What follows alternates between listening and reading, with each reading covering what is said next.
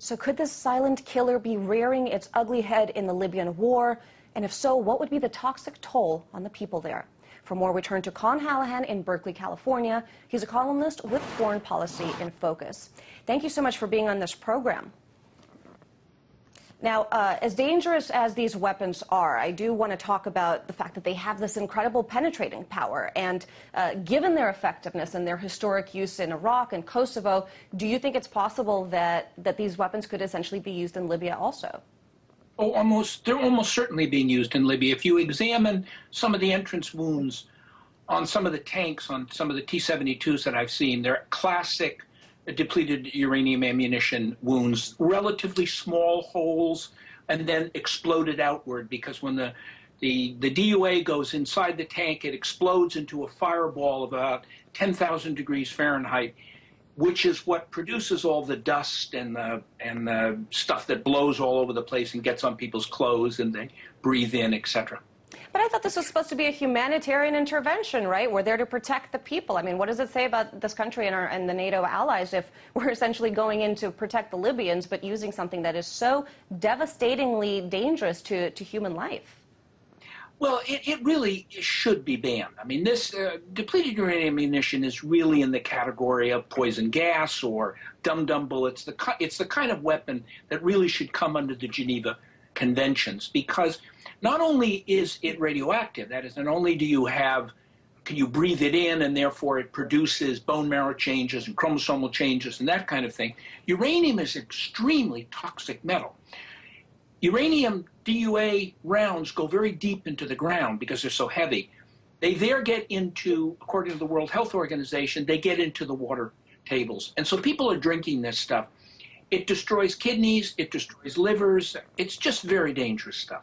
Well, you mentioned the Geneva Convention, and I know that you yourself have written about the fact that a UN panel has actually found that these kinds of weapons violate several international agreements, including the UN Charter, Geneva Conventions, other agreements. What has gotten in the way of these weapons being banned? I mean, are they so useful that we can't possibly find anything else to use in their stead? I have a hard time believing that. Well, what they are is they are very effective, and the United States also has a tremendous pile of depleted uranium because they have a very large nuclear industry. Now, what do you do with this stuff? Well, one of the things you can do is you turn it into these cannon shells, and they 25 millimeter, 30 millimeter, and tank shells and all sorts of things. They're very effective. They're very effective, and we trade them. Most of our NATO allies use them. Italy does not. Germany does not. Belgium is the only country in the world that's officially banned it.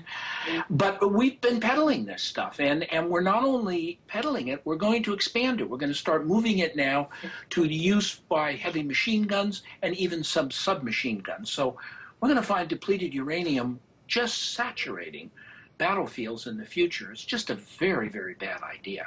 Now, I know it's like comparing apples and oranges when we talk about depleted uranium weapons and nuclear weapons. They're completely separate things. But from a big picture perspective, does this sort of undermine America's push to wean the world off of its nuclear weapons? And does it say something about our inability to essentially convince people that we mean what we say when we talk about certain dangers that they're facing? Well, I think it does. I mean, I think if we're pushing, for instance, a nuclear non-proliferation agreement, and we're presently, have these sanctions against Iran, we have sanctions against North Korea, and at the same time that we're using nuclear materials in warfare, I think most people in the world look at that and they see hypocrisy. So I think that politically it's a bad idea. I know that medically it's an extremely bad idea, and it's just one of those things that an effective weapon that you have to step away from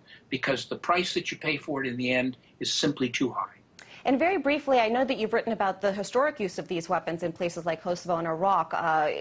DU ammunition weapons were, our own government insisted that it was perfectly safe, that there were no medical consequences as a result of its use, yet it's been linked to Gulf War syndrome. Talk a little bit about the medical consequences here. Well, actually, they don't say that. It's just that they don't tell anyone what they're saying.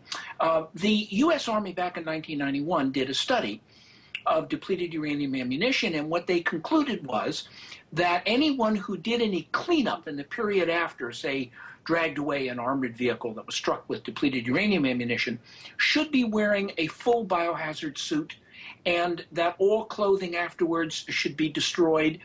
The tanks that they bought back from the Gulf War that were struck by depleted uranium ammunition friendly fire, they were buried in radioactive dumps. So actually, the Army knew that the stuff was dangerous. What they didn't do was they didn't tell anybody that it was dangerous. And that's still the situation today. Well, still the situation today, and we're also not telling anyone whether we're actually using this stuff or not. Really unfortunate developments there. Thank you so much for your time.